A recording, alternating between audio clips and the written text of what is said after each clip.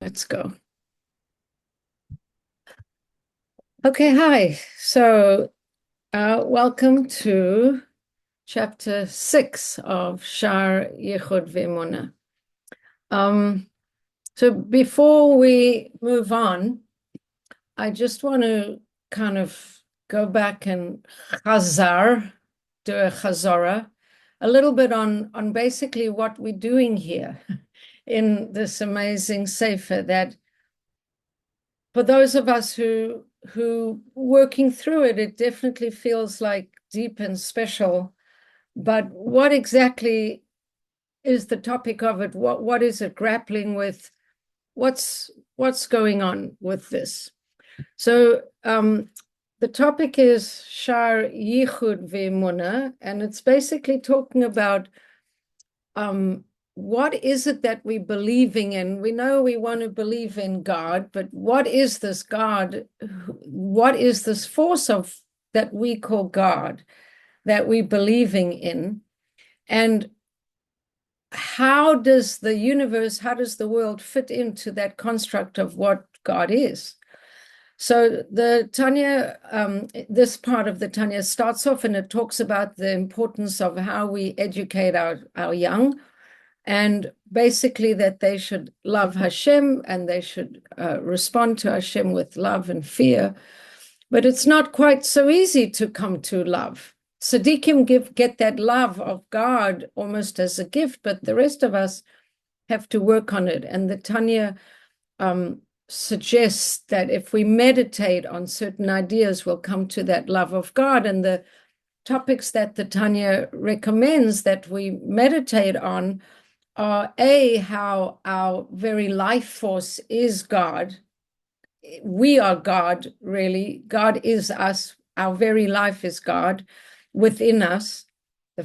The life force within us is God, an aspect of God.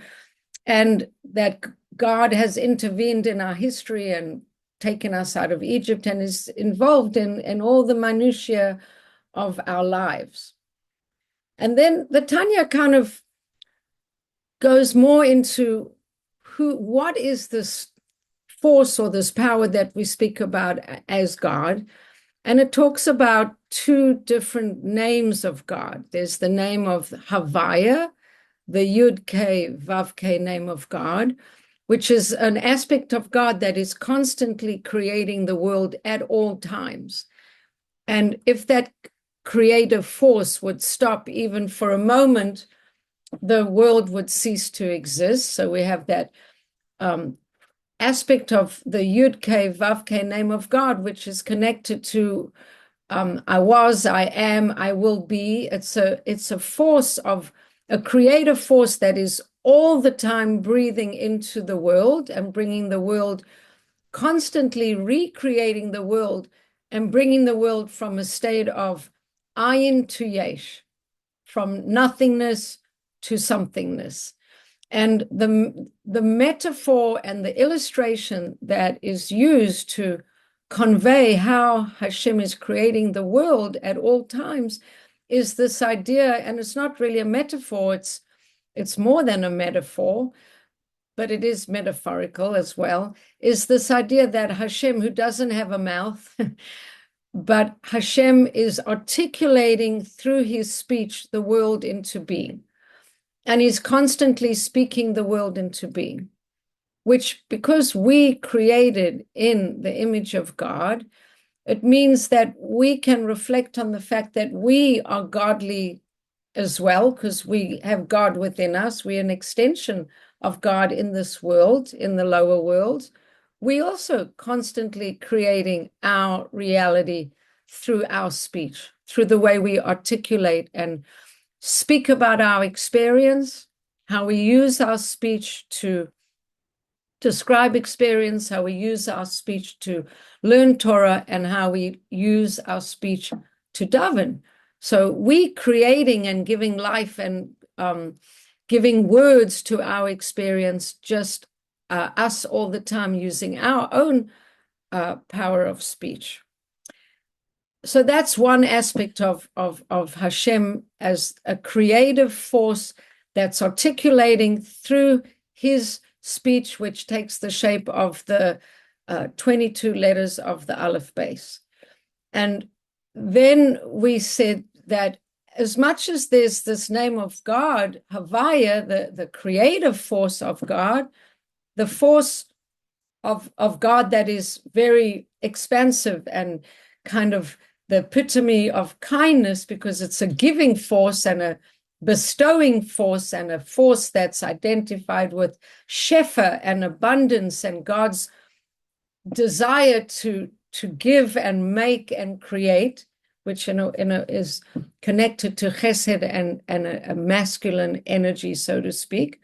At the same time, there's a different energy of Hashem, which is this energy that's connected to the name Elokim.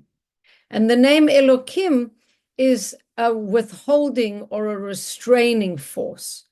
And that name Elokim is connected to the idea of nature. Hateva has the gematria of 86, and the name Elokim also has the gematria of 86. So this other aspect of godliness we give and put under the name Elokim. And we say that just like the name of God that is giving and bestowing is the an aspect of God that's Chesed, that's identified with the mid of giving. So this restraining force that is Hashem hiding in nature, using nature as a shield, so to speak. The Tanya talks about the sun, and then it talks about the shield. And there's a shield on the sun, a magen, because if the sun shone too brightly, we would get burnt by the intensity of its rays. So there's a shield over the sun. And so nature and creation, in a way, is a shield to the light of the radiance of Hashem's creations coming into the world. And then we call this restraining force of Hashem Gevurah. And then the Tanya has this question, well, if God has these different aspects, are these different gods? Are these different, it's not really asked, but it's a question that's sort of floating around.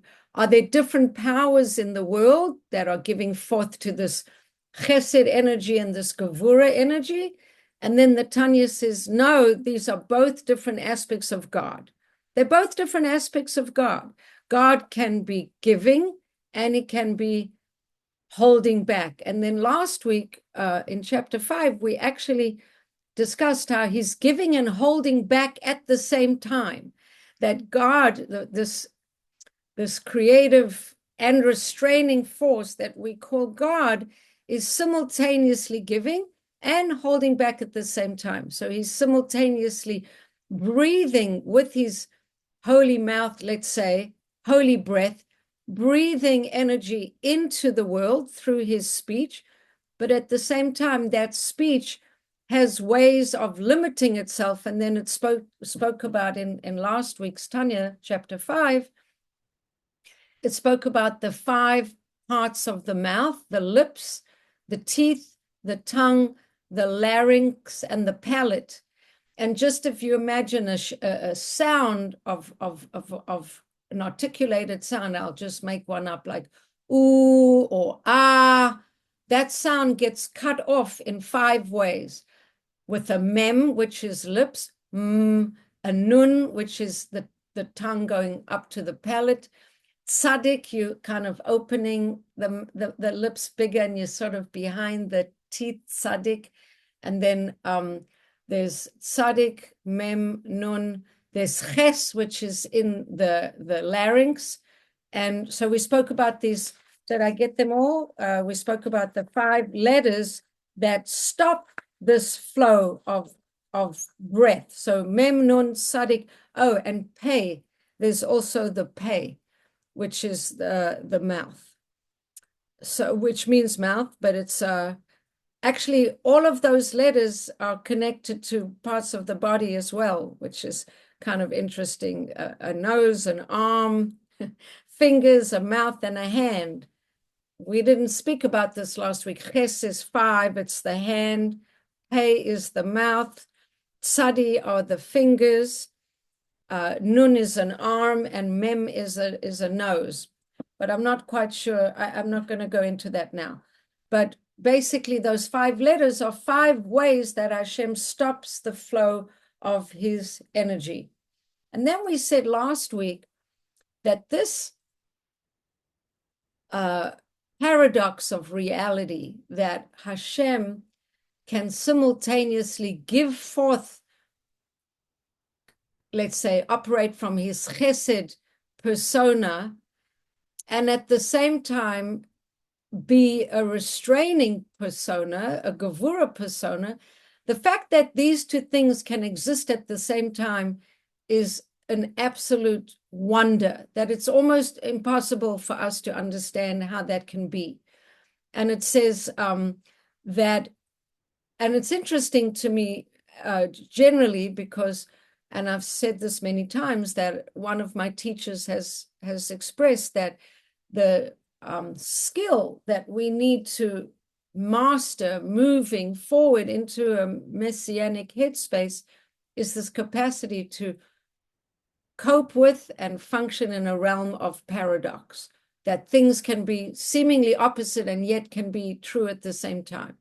But this aspect that Hashem can be a Chesed force and a Gevurah force at the same time, what we said in the Tanya last week was that this was really, even for Moshe Rabbeinu, very hard to understand. That even Moshe, who's a prophet, he couldn't really, this was a level of understanding this combination of Chesed and Gevurah that even Moshe Rabbeinu couldn't quite grasp. He could grasp it when it came down a level, like we call it a step down, like more, there's the realities up on the highest level of reality where everything is completely united. All the aspects of God are completely united. And then that's the world of Atzilus. And then we have the world of, we start coming down into lower levels of, well, I don't want to, more physical levels of reality. And we said that Moshe couldn't really get to that absolute high level of understanding how all these things can exist in these higher realms. But when they come down into more of a revealed way, then he could kind of comprehend it. And then we also spoke about the fact that Hashem, at first, there was the idea that perhaps Hashem, and we spoke about this idea of Gevurah, is necessary for there to be things that are created by Hashem's energy that hold to their own identities. Every created thing is held in a vessel of a name, an identity, a label, and we explained at great length that that's the Hebrew letters that create these vessels. But when it comes to Hashem's midot, and this interplay of Chesed and Gevurah, the Tanya speaks about the fact that there was the thought that maybe the world should be kind of equally balanced between Chesed and Gevurah. And when it says that at first Hashem thought to create the world through Gevurah, it doesn't mean only Gevurah, but it meant kind of according to the rules of more strict justice, or even with Chesed and Gevurah equally balanced. And then there was this realization that that's not sustainable. And through the shield of nature, the shield of the vessels that are hiding in a way and holding God's light, Hashem had to give extra chesed to us, extra ways of shining his hidden light. And that was through miracles that would kind of break the pattern of Hashem hiding himself, A, and B, through the prophets, that the prophets would receive direct communication from Hashem in a way, and that would, and I think we said the prophets, or we said the tzaddikim, that they would receive a different level of communication that in a way would give us extra light to make our existence in this world where God is hiding in nature more easy to bear and more easy to handle. And I think that's kind of where we got up to at the end of chapter 5. So I just want to ask Gila, do you have any questions on all of that? No, I just really love the clarity of understanding how Elohim is functioning in the context of Elohim, Hashem Elohim. I'm really grasping that in a much better way than I had ever done before. Certainly. I'm so grateful. Well, it's interesting because at the end of Yom Kippur, we say, I think 7 times, Hashem, Hu Ha-Elokim, Hashem, Hu Ha-Elokim, Hashem, Hu Ha-Elokim. And this idea that there's these different aspects of God, but they're still God. And God isn't divided, even though he's manifesting in different ways, his essence is still a unified essence, which is kind of the conundrum that the Tanya is grappling with. And I think Susan's is that Susan joining us? Yes, that the, welcome, that the Tanya is grappling with this conundrum of how can this creative force that we call God, how can God have different attributes and still be a unified oneness? How does it happen that on one hand, there can be this manifestation with Chesed. On the other hand, there's this manifestation with Gevurah. There's the Havaya and there's the Elokim, but they really there's one source, but in a way there's different personas or different, I don't want to say different personalities because that makes Hashem sound a little schizophrenic, but kind of different aspects, different sides, it's sort of like a very integrated person who has a male side and a female side, and it's part of the integration that sometimes they're manifesting the side that's capable of doing the masculine aspects, and the other side is capable of doing the feminine, and they're both very well integrated. So what we're going to talk about today, chapter 6, is we're going to talk about the fact that these qualities of Hashem aren't pure qualities in a sense. When I say the word pure, what I mean to say is in the Chesed of Hashem is a little bit of Gevurah, and in the Gevurah of Hashem is Chesed. That all of the midot have all of the other midot in them. They all hold this complexity of multiple aspects because they all, Hashem in his essence has, let's say, all these different colors. And so each color is shining one color, but it has all the other colors recessive in them. And all the colors are manifesting the multiplicity of God, but one color is shining, let's say with each of the 7 colors of the rainbow, one color is shining the brightest, but they're all those other aspects still contained. So it's just interesting because there's the idea that before the world as we know it was created, there were different aspects of how the world, I mean, it's hard to imagine that there was a plan A and it didn't work out, and then our whole world is plan B. But there is an idea, this Sfirat HaKelim, that the vessel shattered. How could the vessel shatter? So there is a teaching that the vessels, in the first time when they were created, when they shattered, Gevurah was only Gevurah. Chesed was only Chesed. Netzach was only Netzach. Hod was only Hod. There was no interplay of the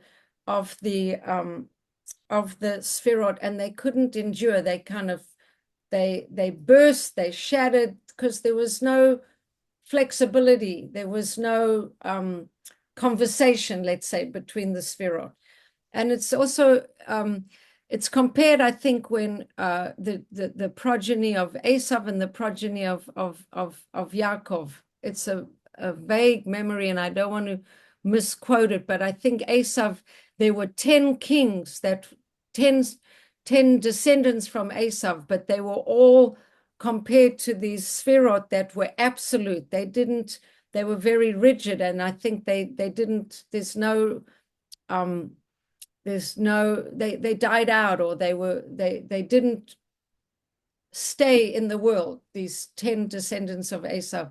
And it was connected to this idea of midot that don't intercalate with each other. So we're going to look at that now. So I'm going to go now with all of that introduction to the text of chapter 5, and we'll take it inside. So chapter 6. We're up to chapter 6. So it's going to talk a little bit about the fact that there are these mixing of the midot, so to speak. In the Gevurah is Chesed, and in the Chesed is Gevurah. So v'hinei shem Elokim hu shem midat hagevurah v'hatzimtzum. The name Elokim is the name connected with Gevurah and Tzimtzum. Tzimtzum is this contractive element. V'lechein hu gamken b'gematria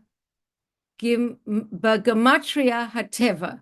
And this name of Elokim is connected. It has the same gematria as Teva, which is 86. Lefi she You don't want to read those in between little commentaries? You don't want to read the in between little commentaries? We already sort of spoke about it. Oh, okay, fine. It's just repeating what I was saying right now. Lefi she mistir haor shel mala. So this name is hiding the light from above. Ham haveh umachayeh haolam. So the name Elokim is concealing the supernal light that is constantly bringing the world into existence and giving it life. Now, this idea of Hashem constantly bringing light into existence can also be very life-changing, in that creation is happening all the time. Everything is being recreated at every second. So if we think about it, we don't have to be stuck in any way, because we part of that recreation, and we participating in that recreation through our freedom of choice also. It's an interesting idea, just to flip and jump for a minute. Rav Dov Ber Pinson, I heard him speaking on a video, and he was talking about the power of change, and how we can change from bad habits, or how we can change from addictions, or change from any kind of place where we're stuck. And he says the very fact that we can choose, once we're choosing, we are actively creating our life. We're participating in the recreation of our life when we make choices. And that's a beautiful thing, that we have this power of, we constantly can become new through our choices. We don't have to do what we did yesterday. Okay, moving on. V'ni'er, and it appears, ke'ilu ha'olam omed, that the world is standing, umit naheg b'derech hateva, and it looks like the world is being run, or is existing according to the laws of nature. It looks like this is the whole point of why Hashem created the shield, right?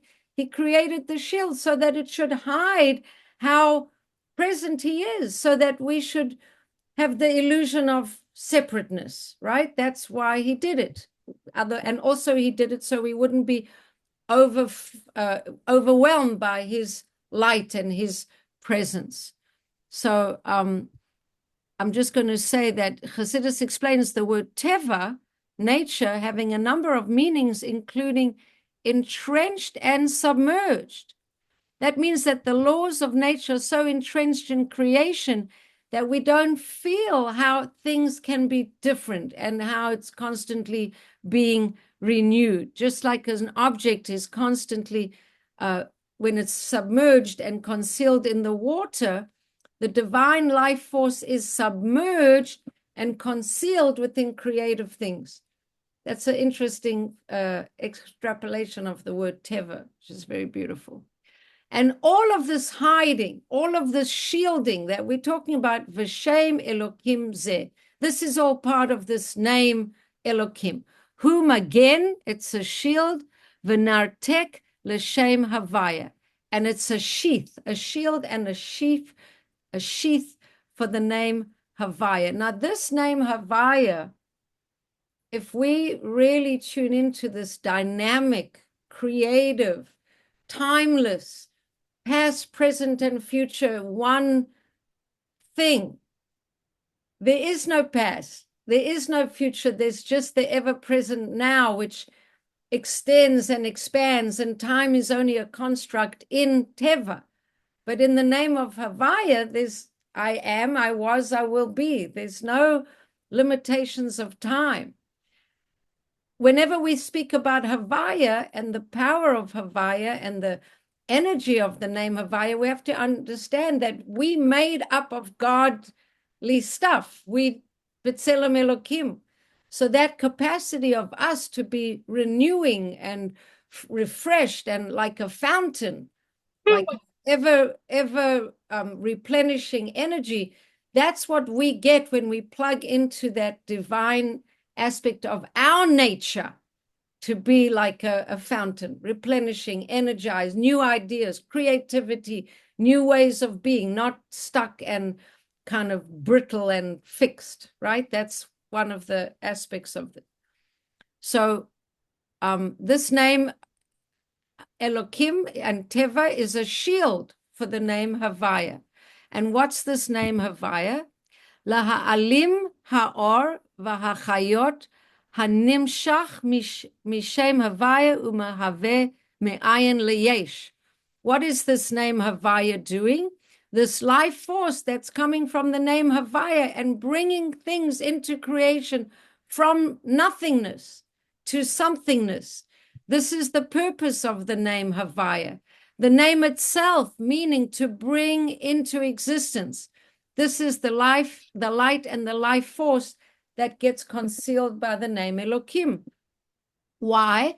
Shelo yitgale lenivraim v'yibatlu b'mitziot. The whole reason why Hashem shields his presence and his kind of his active, creative acts all the time is that the creatures shouldn't become nullified. They should have their own existence. If we bring an example into very down-to-earth example, if a mother is too over-involved in her children's lives and she micromanages and she dominates and she makes all the decisions for the child, then that child can't grow into their proper independence because their mother is over-mothering. So in a way, that's a very little example of Hashem not wanting to smother his creation, so he stands back so they can have some independence to feel that they exist and not smothered by the over-parenting. But as we've said, of course, he is creating everything at every moment. Right. And then it says, V'harei b'chinat Gevurah. This is the Gevurah, Zu Tzimtzum, and this is the act of Tzimtzum. Now, this is what it's going to say, very interesting, that this, b'chinat Gevurah, Zu v'Tzimtzum hazeh, hu gam ken b'chinat Chesed, she'olam yibaneh bo. Even the Gevurah is also Chesed. this is like the little chiddush here in chapter 6, that it's not that this life force of Hashem giving out is chesed and the containing force is something opposite, the Gevurah. No, even the withholding, the making barriers, the making boundaries, the mother staying quiet and letting her child learn to ride the bike and fall, even though she could jump out and catch him. That is love also. That's also chesed. That's also part of the chesed. And that is how the world is built. She'haolam yibaneh bo, through this chesed of holding back. That's an interesting thing. So then it says, because I declared that the world be built through the attribute of chesed, for as much as the world could not have possibly been created without simsum and concealment afforded by the divine name Elohim, it follows that the ultimate intent of the simsum is actually chesed. So it's just saying, really Hashem holds back because he loves us so much and he wants us to not just disappear in his essence of cosmic essenceness. So, okay. Now we're going to talk about this mutual inclusion of each midah in the other midah, which is kind of grappling with how can God be a oneness and have these different aspects. And it's going to say that all of these aspects are included in the oneness. Vehine me hit kalalut hamidot zu bezu nir'eh la'ayin de ihu Gar mohi chad, shehein midotav, that Hashem and all that's coming from him, his midot, his attributes, they're all part of his oneness. Mi me'achar shehen biyichud gamor imo, lachen hen mityachadut zu bezu v'chulo v'uchlulos zu mizu. For since they are in complete unity. Sorry, excuse me. Susan, can you mute, please? Sure. Hi. Sure. Okay, yeah, okay, I muted you. Right. So, so this is what I was saying with the rainbow in a way, because they completely in unity with Hashem, they also in unity with each other, and they comprise each other. So, for since they are in complete unity with him, they therefore unite with each other and are comprised of each other. Ki me'achar shehen beyichud gamor imo, lechen hein mit yachadus zu bezu uchalulos zu mizu. And then it's going to quote Eliyahu, who brought a passage in the beginning of Petach Eliyahu. It's brought in the introduction to the Tikkunei Zohar, that Eliyahu says about Hashem, and you are he who binds them all together, the Sphirot and the attribute. You are he who binds them together and unites them, and apart from you, there is no unity among those above. So Hashem has these different attributes, these different capacities, these different ways of being in the world, but yet they're all part of his essential oneness. And Eliyahu says this pasuk, va'ant hu de kashir lo yached lo v'chule uva minach layit Yehuda be'ilaehu.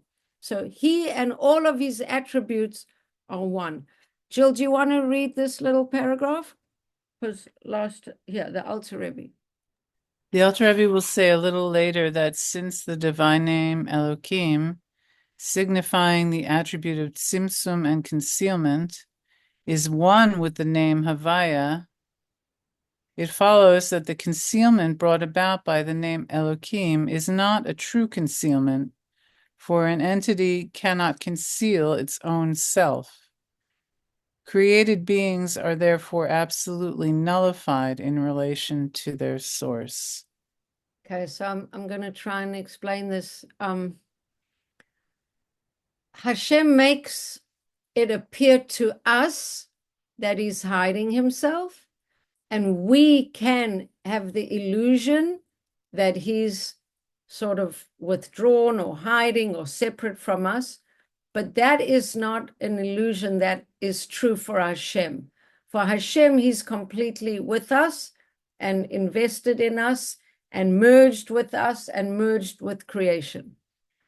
I think that there's an example with a snail and a snail shell that, what's the moshel? It's a bit like a snail shell. To outsiders, the shell conceals what's inside, but to the snail, the shell is just a part of its body. So from outside, we're seeing creation, and we don't perceive Hashem's revealed presence because he's hidden it away, but it's only hidden from our point of view. From his point of view, he's just concealing and putting things in vessels and shields and disguising himself somewhat in different through the midah of Gevurah, but he's completely there, and he knows he's completely there. Is that comprehensible? That it's just for us that it seems like he's hidden. So this then is the meaning of the scriptural phrase, V'zehu shekatuv v'hashevota el levavcha, that you should put it on your heart, ki Hashem hu ha'elokim. This is this repetition. You want to read this again here, Jill? Sure. Concerning this verse, the question was asked in the first chapter, would it occur to you that there is a God soaking in the waters beneath the earth, so that it is necessary to caution so strongly and negate this thought by stating that one should take it unto your heart? According to the explanation given here, this question is answered. The statement that in the heavens above and upon the earth below there is no other is not intended to negate the existence of another God.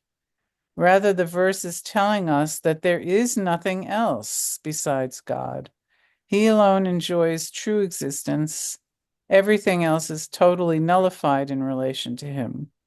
And for this concept to be understood well, one must indeed take it in unto his heart. Okay, so there's also this idea of ein od milvado, or there is, or that there's only God in the world, right? There's only God. So it's saying, it doesn't mean that we're saying there aren't other powerful entities that create the world. We're not saying it's only God is the only creator in the world. That's not what we're saying. What we're saying is there is nothing in the world besides God. God is it's not like I believe in God because I don't believe in other entities that could have created the world. That's not what we're talking about here. What we're talking about here is that God's oneness. When we say God is one, we don't mean that God is the only one that's a God. We mean that everything in the world is in fact God. You understand the difference? They're two different things. Okay. So anyway, Peirush, Sheshanei Shemot Elu Him Echad Mamash. That these two aspects of God, the Havaya and the Elokim, are really one thing, one entity, one thing. For even the name Elokim, which conceals and contracts the light of the divine life force that is responsible for creation, is a quality of Chesed, just like the name Havaya. For the attributes of the Holy One, blessed be He, unite with Him in a complete unity. And He and His name are one, for His attributes are His names. In other words, the attributes correspond to His specific names. So since this is so, in other words, once you understand that Elokim is one with Havaya, you will constantly know that in the heavens above and on the earth below, ein od, there exists nothing else besides God. So this ein od milvado, there is nothing else but God, like I've just said, doesn't mean there's not another creative force but God, but it literally means in the creation, there is nothing but God in the creation. We've been speaking about this in different ways since the beginning of the Tanya, that everything is God. Everything, and you know, in the very, very first class, I spoke about quantum physics with this idea of energy being at the center of everything, and every cell at the center of it is just an energy of beingness. You can't even quantify it. You open the cell to the smallest little aspect of it, and you find empty space. The creation is a miracle of isness, which can't be defined if you're not coming, from a religious perspective, where everything is God. The table, the chairs, the fish, the plants, it's all this creative force of God. That is what is underlining everything at every minute. There is nothing else but that. And then God does this beautiful favor to us, and he gives everything an identity and a persona and a personality and a shape and a form. But if we would take it up a notch, because, creation is in levels from an abstract idea of isness, and then we come down, down, down to where it gets more and more physical. So in the lower world, we have all the different things that are created in the created world. But if we went up, up, up, up, up, in the essence of everything, it's just God's oneness. Okay. So, right. So therefore, even the earth and that which is below it are nothing and utter nothingness in relation to the Holy One, blessed be He. V'lechen gam haaretz mitachat laaretz hen ein ve'efes mamash legabe hakadosh baruch hu. Everything is just godliness. It's just God's essence permeating all of creation. And all of this are not called by any names at all, not even by the name od, which would indicate a subordinate status. When we say ein od milvado, there is nothing else, not even a little something of something. Ein od milvado means not even a little existence, not even a little piece of anything can come out of this construct of it's all God and God's energy, and then all of that is just put into the vessels of speech and of through this force of Gevurah, which we've now said is actually another manifestation of Chesed, but just a Chesed of holding back, like that parent who has some restraint. And then it says, and then it just says that there's in Chazal, they talking about a halacha, and they saying if something is written down in the Torah, if there's a verse, if there's a custom in the land of Yehuda, let's say, and it contradicts an actual pasuk in the Chumash, that little custom in some land somewhere, that little odd, an odd milvado, it's not going to, it's just a little, it has no significance as it, so, right. So this is, and then it's going to come into a different part here, which is a little bit difficult to understand, because it's talking about everything is God, and then it talks about the body and soul, and it says that one could think that the body is Elokim and the soul is Havaya, But I think what it's actually saying that it's all in essence Havaya, the body of a person and the soul of a person. The body is also being created at all times from Hashem. But the way it comes in the Tanya, I was listening to a shir of Sheis Taub, and he said he also found this part a little complicated. So we'll try and read it in English, this aspect of the body and the soul, and we'll try to make sure that we get it clear. So this is also the case with the body, because he's going to say that the body, there's a mother and a father, and the mother is eating, and there is a physical reality how the body of a person gets created in a natural way. So how does that fit in with this aspect of Hashem creating everything all the time? So let's just look inside. So this too is the case with the body, which is subordinate to the soul and the life force within the soul, for which reason it's referred to as odd. The body it seems like less important than the soul. This is the meaning of the verse. I will praise Havaya with my life, in other words, with my soul. I will sing to Elokai, my Lord, but Odi, with my body. So this is a famous pasuk that Rebbe Nachman loves to quote, and he even has a sefer called a Zamra, and it's from Tehillim. So it says, Ah halala Hashem b'chai, I will praise Havaya with my b'chai, with my life, v'zamra lelokei ba'odi, and I will sing to Elokai, to this other aspect of Hashem, to the sort of Gevurah Teva aspect of Hashem with my body. So my soul will praise Havaya, and my body will praise Elokim. That's one of the ways of reading this Zamra pasuk from Tehillim.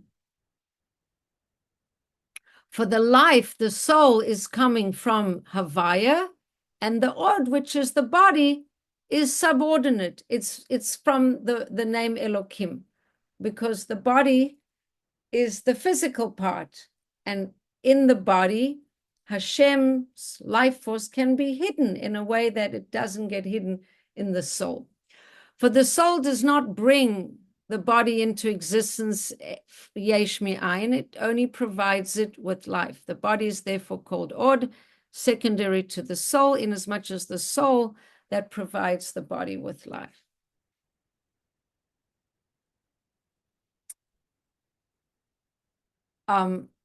It says, but as the Holy One, blessed be He, who brings everything into existence, yesh mi'ayin, everything is absolutely nullified in relation to Him, just as the light of the sun is absolutely nullified in the sun.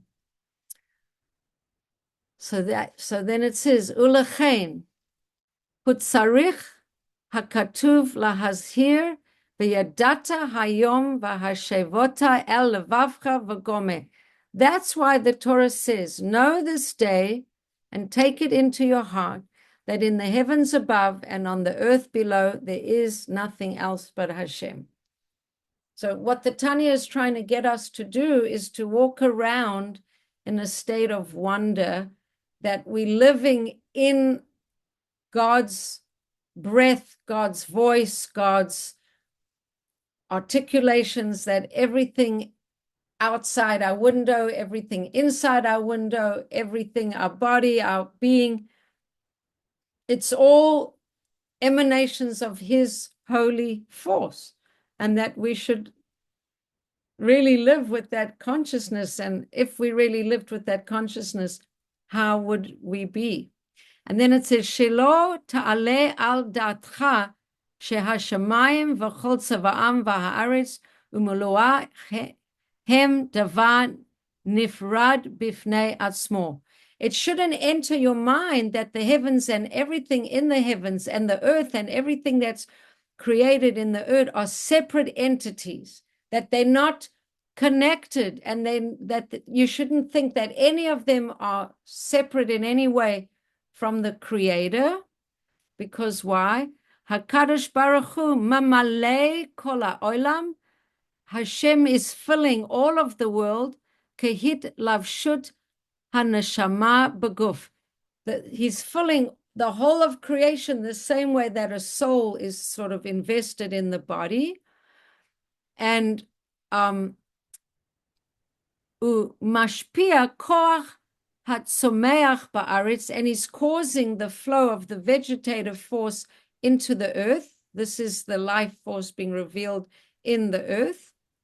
V'koach hit hatanua begalgalim umanaim umanahagam kirtsono, and the power of motion into the celestial fields, and he moves them and directs them according to his way. So created things in the world and the heavenly spheres above in the heavens, everything is operating as a result of I'm just seeing how far it goes. Everything is a result of Hashem's energy and intention. It's all according to his will. And but then if you think that you understood that analogy of the soul and the soul being connected to Havaya and the body being connected to Ateva, the Tanya comes now and it says, but really that's not the perfect analogy. Just when you think you understood it, it says it's actually not exactly like that. It's not exactly like that. So it was nice to get it and understand it, and it made me feel good. I don't know if I want to, now it's complicated, and it says not exactly the perfect analogy. So let me just see, it's 1, 2, 3, 4, 5, 6, 7, 8, 9, 10.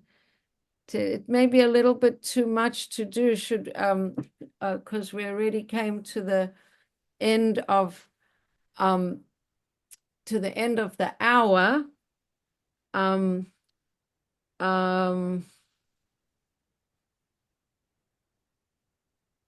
It's just going to say that this idea of the body and the soul is not a perfect analogy. It's not a perfect analogy, but because a mother is eating and she's giving life to her child from her own, the father with the sperm and the mother with the food, they actually partners with Hashem in creating everything. But the rest of heaven and earth and all of that, Hashem is creating that from nothing. It's interesting, different to a human being. I don't know. And I would think all of animals too. They coming just through the word of Hashem and the breath of his mouth. And the word of Hashem stands forever in all created things and is flowing into them continuously at every instant. And everything is coming into existence, and everything is completely nullified in relation to everything coming from Hashem's mouth. And Hashem, but if it wasn't for Hashem's power of Gevurah and Simsum, everything we wouldn't realize that we have any independent existence. And the only reason that he's done this Gevurah and Simsum is really for our sake, so that we can have an independent existence. So in a way, it's a little bit repetitious from what we've said before, except that it's telling us that this aspect of Gevurah is actually part of Hashem's kindness, that his Gevurah in holding back is part of his kindness. I feel like that's maybe the biggest chiddush, yeah, and the biggest takeaway, and also the other takeaway is that included in the Chesed is Gevurah, that part of Hashem's kindness is to put the limitation, and then part of the Gevurah is also mediated by the Chesed. We said that we have tzaddikim, we have miracles, we have these little breakthroughs where even in the midst of the Gevurah, Hashem is allowing extra light to flow through. So we don't have pure these midot are not rigid and stubborn, so to speak. They allow themselves to play with aspects. Inside the Chesed is the Gevurah, a little Gevurah. Inside the Gevurah is a little bit of Chesed. And so it is through all of the midot, and they all are like Hashem. So they can make space to coexist with each other, because that's how things are in Hashem. He holds the multiplicity. And so each of the midot, in their own way, they also hold a level of subtlety and multiplicity, because they're completely united with him. So they have to be on some level united and interplaying with each other as well, if that makes sense. It's complicated stuff, because we're talking about very abstract things that we're trying to define how Hashem is manifesting in the world, and how he's manifesting with these different midot, and yet how they're really just aspects of his oneness, and how that's interplaying. So it's a little complicated, a little abstract, but I hope that that was helpful or illuminating in some way. For sure. For me, it's mostly, I've heard over the years references to these things, but never learned Tanya straight. I'm sure for Jill, it's much more familiar. Like, she's heard probably a lot of the general concepts over the years. I don't know. No, but hearing it now, that Hashem, that Elohim is Hashem, and it's just that the form as we perceive it is different. So it's the concentration, the tzimtzum right before our eyes. So right, it's interesting. I mean, this idea that it's all Hashem, but it's a manifesting aspect of Hashem and a containing aspect of Hashem, and they seem like they're opposite energies, but somehow he's able to be both of those energies at the same time. I mean, I said last week that the idea of Shemayim is Eish and Mayim being together at the same time. And that when we ended chapter 5, we said that the souls that have already left their bodies, they go up to the higher worlds, and they're able to perceive and relate to this paradox, this Chesed and Gevurah interplay, that even Moshe Rabbeinu couldn't do it. The tzaddikim get it to some level, but the souls that are out of their body, when they go up to this place where there is no form, then they can sort of see this aspect of how this Chesed and Gevurah is playing. It said something very interesting at the end of chapter 5. It said that their Torah learning gives them the capacity, when they're in Shemayim, to understand this interplay of Chesed and Gevurah. And then they get nourished by, their Torah learning enables them to be nourished by this perception of truth, which is this interplay. We said last week that even in the highest levels, there's a left and a right. There's this Chesed and Gevurah aspect, but they aspects, but there's a oneness. But because there's a left and a right, there's a certain dynamic that gets set up. If everything was just a left or just a right, there wouldn't be a play. There wouldn't be a dynamic energy flow. And that dynamic energy flow gives birth to creation. But it's part of, so in other words, in its source, there's a oneness, but Hashem wants there to be a creation. In order for that creative force to have some dynamic energy, there has to be the play of opposites in a way. So there's the give and the take, the ratzuv and the shuv. That's what creates the energy of creation.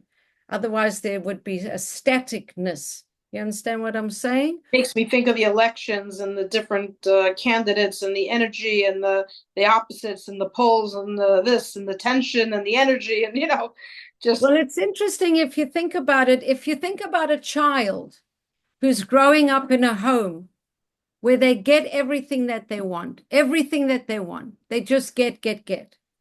There's no, let's say there's no boundaries, there's no wall. So a child forms itself sometimes in relation to their wall, because the mother or the father says no, and then the child has to in some way push against that no. Like what happens to astronauts in the rocket ship? There's zero gravity. They get very weak. So a child growing up has to push against a no. And in pushing against the no, they get strength. But if there's no no, there's nothing to push against. How do we develop muscles if there's nothing to push against? We need, like, into the fabric of creation is this dynamic, what you could call dynamic opposition, where there's a give and a resistance, a give and a resistance, a pushback. That creates the dynamic of life.